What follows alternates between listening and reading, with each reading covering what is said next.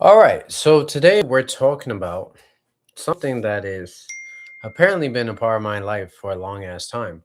So I'm not hungry, right? We're conditioned on the three meals of the day. And I realized that I wasn't hungry as more so the conditioning of what is going on. So back in the day, if you do some research, breakfast was not really a meal. It wasn't a thing. And so through propaganda or storytelling, if you will, uh, people began to be like, oh, breakfast is the most important meal of the day. I'm sure you heard that from your doctors or somebody along your journey in life. And what I've come to find out is actually the process of eating is or at least digesting the food, is the most taxing thing that you could do on the body. It's more taxing than repairing, a cut that you have on your arm, more taxing than growing your hair, more taxing than, whatever have you, right? And so what they've done is, how you eat Thanksgiving dinner and next thing you know, you're all tired and you want to go to sleep. Well, that's because the sleepiness of the process of the digestive system. You've eaten so much, you had so much gluttony that now you're tired as fuck because your body has to really work hard to take care of like all that food that you ate. And so we've been conditioned since we were young to have breakfast, lunch, and dinner. And when you go to school, it's always, they always make sure to have a cafeteria time so you can have your lunch. And back in the good old days when we were hunter gatherers, we didn't know when our next meal would come. And so we are so conditioned in that fashion that each and every meal that comes, it's like when we have salt, fat, or sugar, it's like back in the old days for 50,000 years, we were, wanting fats, sugars, and salt. It was like a commodity. Well, now you just go to the store. Hey, you want it today? You want it right now? You just go get it real quick. But it wasn't that easy, right? Back in the day, it was like you had to hunt for that motherfucker. Either hunt for the food or hunt for your salt or hunt for that sugar, right? And so it wasn't as easily found as it is today. But now those habits of conditioning that we've had in the past are still here. So when we do have sugar, we do have salt, we do have fat, we want to eat more of it, right? And eat so much because we like our body is conditioned to be like, yeah, I don't know when the next meal is coming. So we just got to eat as much as possible. And so through media, we have now become conditioned to eat these three meals a day.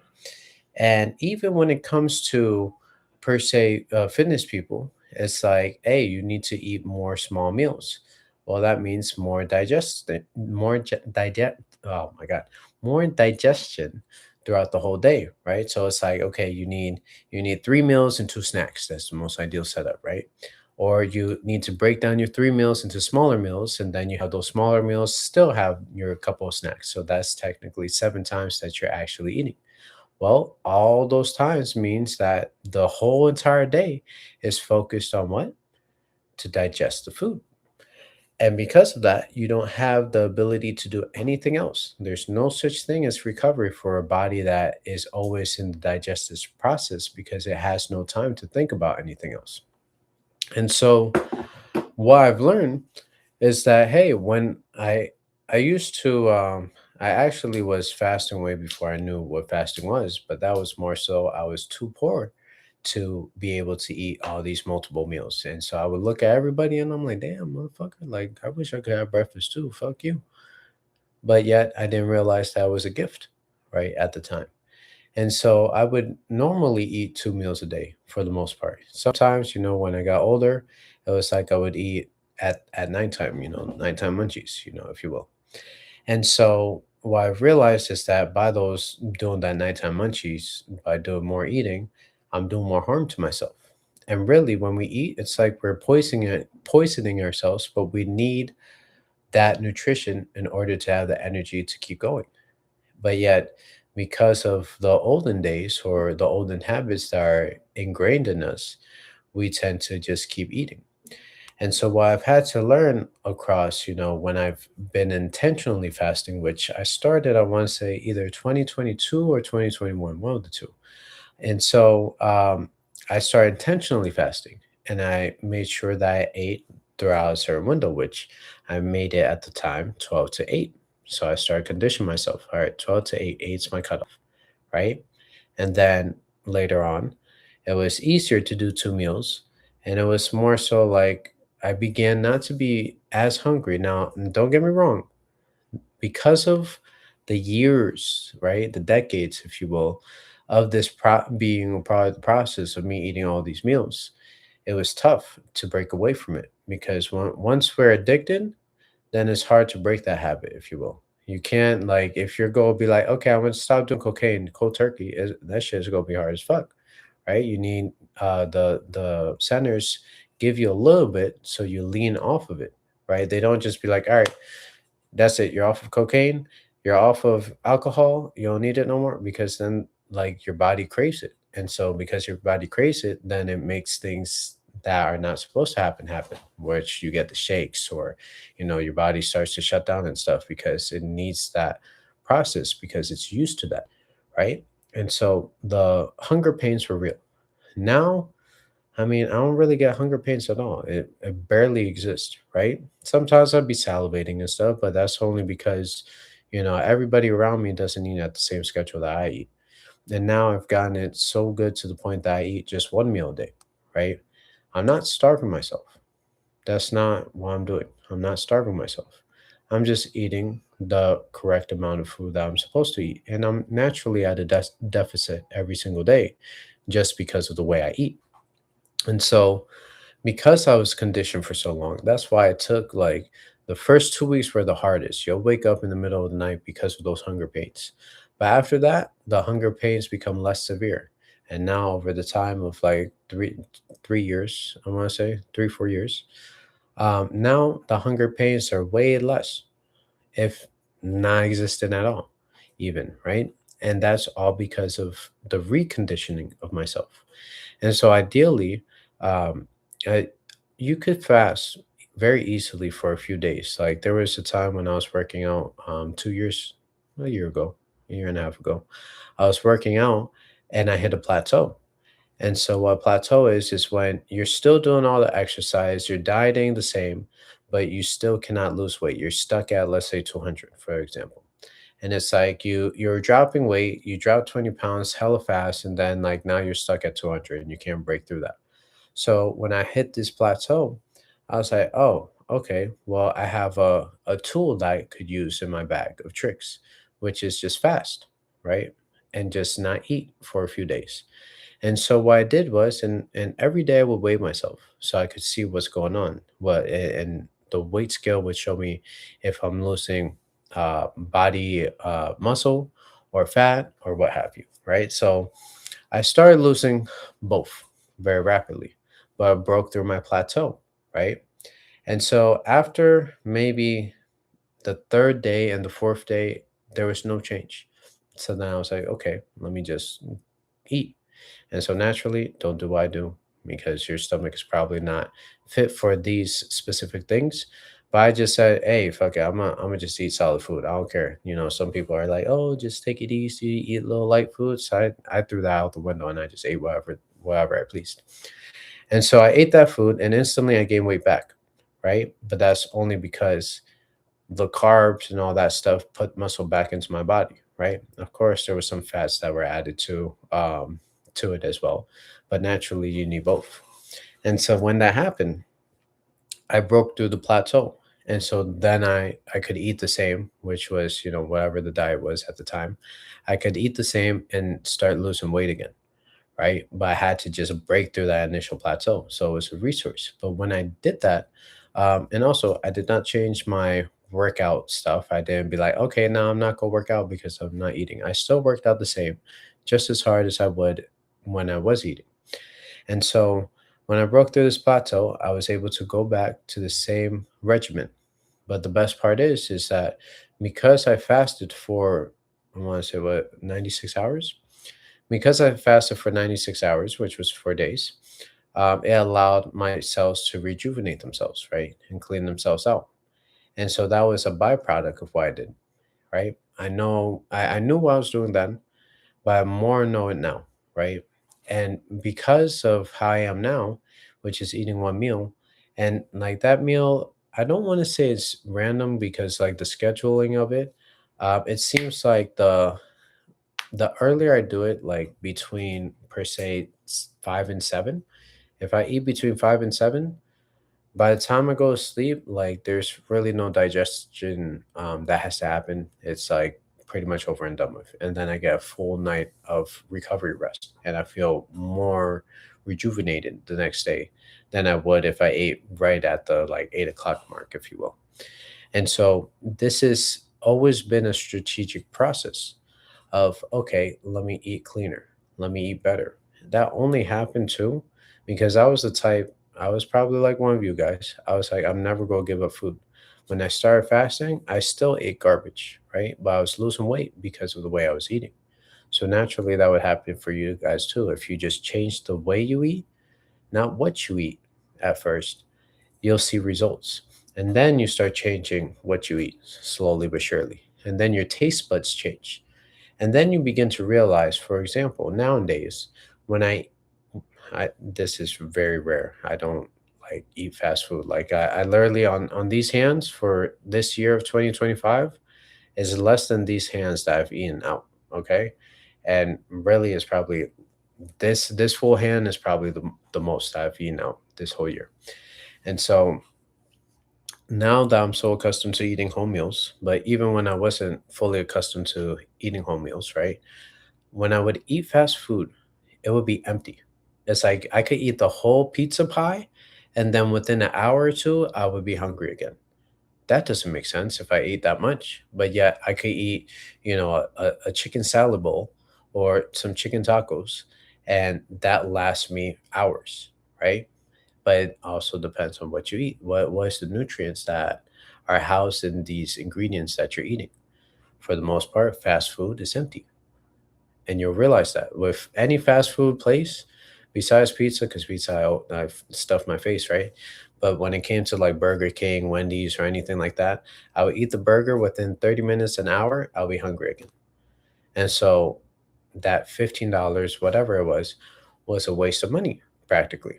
And back in the day, I would literally buy $40 worth of food, $20, $40 worth of food, and guzzle that food down, and then that would then satisfy me. But I would have to eat all that food, right? And because that's a $40 one meal, well, if we're eating 3 meals, well, I have to do that 2 more times. It gets expensive, and so by eating cleaner foods, you not only become healthier, but you revert back to the taste of actually good foods are good. Now, don't get me wrong. Froyo vanilla ice cream compared to regular vanilla ice cream, there's no comparison, but it's enough to get you over that sweetness that you need, right? And I rarely do that anyways anymore. And so only during really the holidays is when I eat the sugary stuff, if you will. There's some brownies that happen in Thanksgiving, some brownies that happen on Christmas, or some banana bread or what have you, right? Apple pie, ice cream. It's like only during those occasions, if you will, is when I indulge a little bit. Other than that, it's like I don't really go out of my way to indulge. Of course, there's times when my wife makes cookies and stuff, but the cookies that we make are way different than the cookies that you probably are making. You're probably going to the store, you're grabbing that dough, and that dough is good as fuck. I ain't gonna lie to you. And then you make the cookies like that. But these cookies are made from scratch using um, basically natural ingredients, right? It's just a few ingredients to make the cookie. And so we use healthier ingredients to make cookies now. And so it's still far in between. Again, it's not necessarily every week, every month type of thing. It's every once in a while when the craving happens. It's like, boom, we have cookies, and maybe we have a couple of batch of cookies, and then we forget about it. And so it's like, that's because we've been conditioned, right?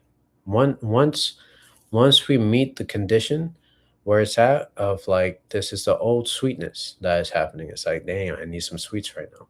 And so, okay, quench it, right? Don't avoid it. When I was dieting, it wasn't about being like, oh, I can't have this cake. I can't have whatever it is. It's like I should have it so that I don't overindulge later. I just need to quench it right now, right? And once you quench it, then it satisfies you and you forget about it, right? But most people, when it comes to dieting and stuff, they force themselves to the diet. And because they do that, there's no reward at the end. So if it's like, okay, you've been dieting for a long time and you've been craving, whatever the sweet is, you sit on it for 24 hours and you still want it, then okay, just indulge, right? And if you're eating more healthy most of the times than not most of the times, or if more times than not you're eating healthier, then that's always go win. You're going to win throughout the year, right? But it's when the bad outweighs the good. That's when you start losing. It only takes 51% of the votes for a new president to be elected. If you have 49%, you're fucked. You're the loser, right? But the majority wins. So if you keep having the majority in what you're doing, the outcome will always be good for you, right? And so what I've realized through this conditioning is that I could recondition myself, just like we could reprogram our brains, rewire everything. And so by rewiring everything, that's the simpleness of rewiring everything is just by taking the step to intentionally do the proper thing. And so when you have that in your mind, you're able to actually implement these things all the time, right? It's when you don't implement what you know you should be doing. Most of the times, we know that, okay, maybe we shouldn't eat McDonald's. We know that. We shouldn't eat out. We know that. We should eat more home cooked meals. We know that, but we don't do it.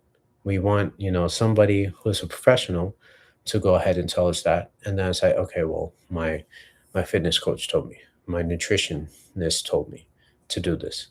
And it gives you like, okay, well, it's they're telling me I should do it.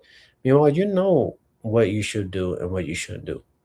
The conditioning is real, but you still know what's good from what's bad.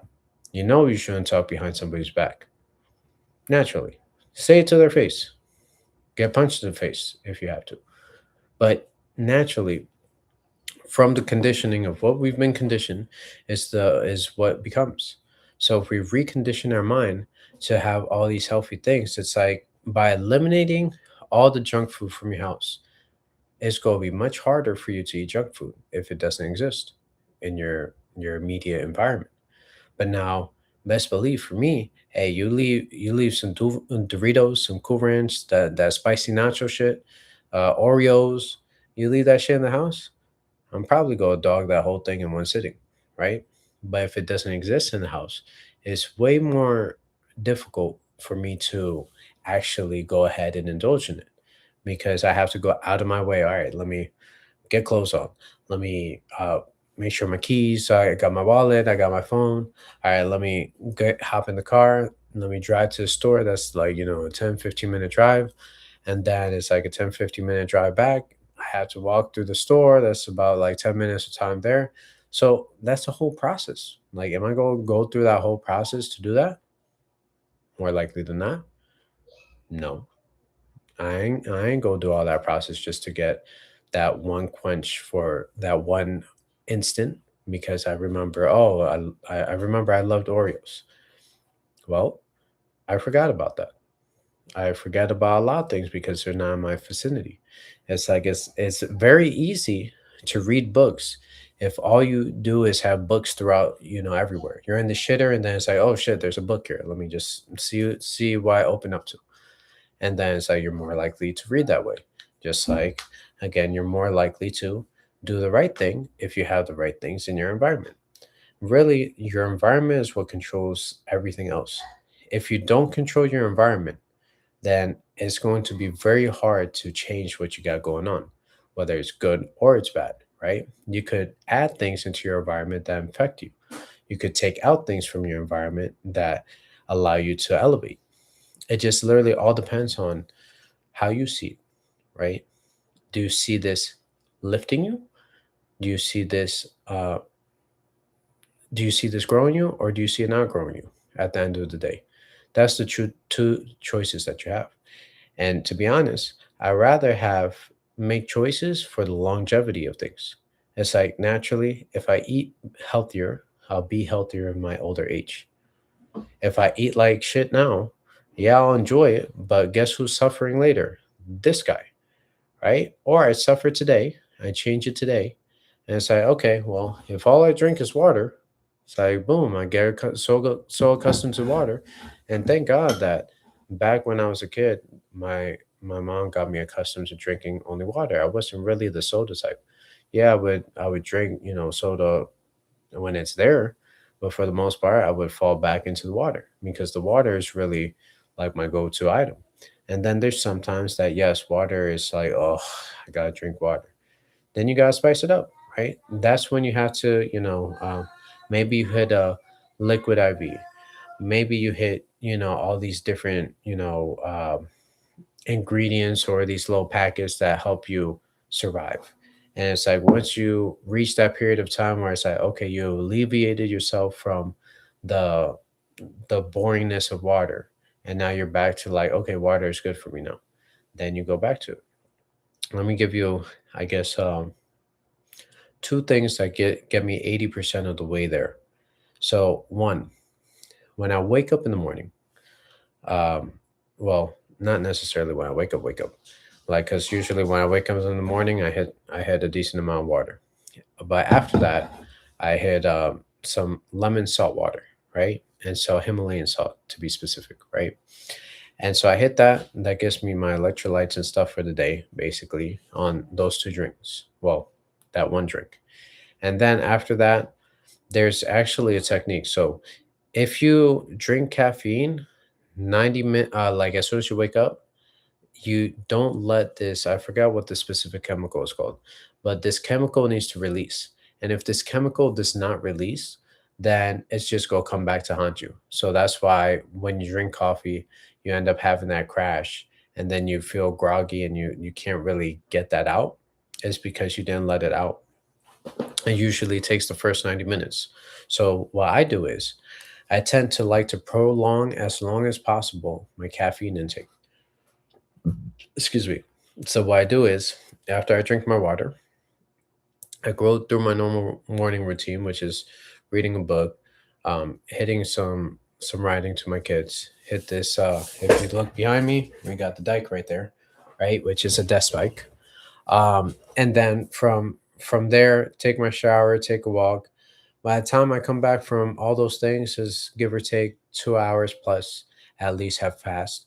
And then I'm like, okay, let me drink my caffeine drink, whether that's coffee, whether that's a black tea, whether that's a Celsius, whatever have you. I prefer Celsius because Celsius gives me the energy throughout the whole day versus a lot of these different energy drinks, right? So Ghost and Celsius are probably the top two that I've had so far, but it's also Ghost is a bigger can than Celsius, so that's why I prefer Celsius over Ghost because it's like 16 ounces versus a 12-ounce can. Anywho, but those are the two things that I do that get me 80% of the way there, and then it's like that one meal has to be protein infested, right? It has to have all my nutrients that I really need, which is easier done than anything else because all you have to do is have a decent amount of meat, right?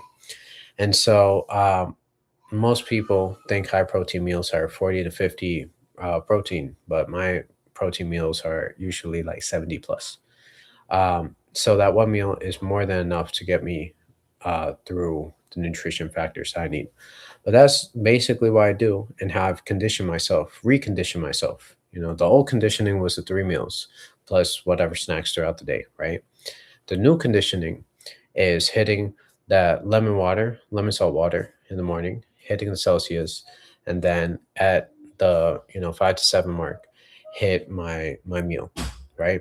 And that lets me avoid a lot of the problems throughout the day. That also eliminates, if you think about it, if you have to only decide on one meal, that allows you to have more decisions throughout the day because now you're not deciding on breakfast. Now you're not deciding on lunch. All you have to do is make the one decision on dinner. That's it. So now the decision fatigue is way less when it comes to meals, right? Because you don't have to think about it.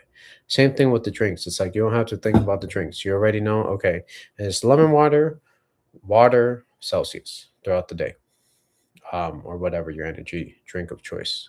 Again, I prefer Celsius or Alani because it's the carbs are way less than everything else. Or sorry, not the carbs, but the calories and the carbs, I guess, are way less than everything else. So we keep those numbers low. And so when I hit my meal, it's like I can never eat enough to really do any damage necessarily throughout that final meal. And so that's why it's set up in the proper order, because it's like I'm full enough where once 8 o'clock passes, it's like I don't think about food because I have to wait until the next day.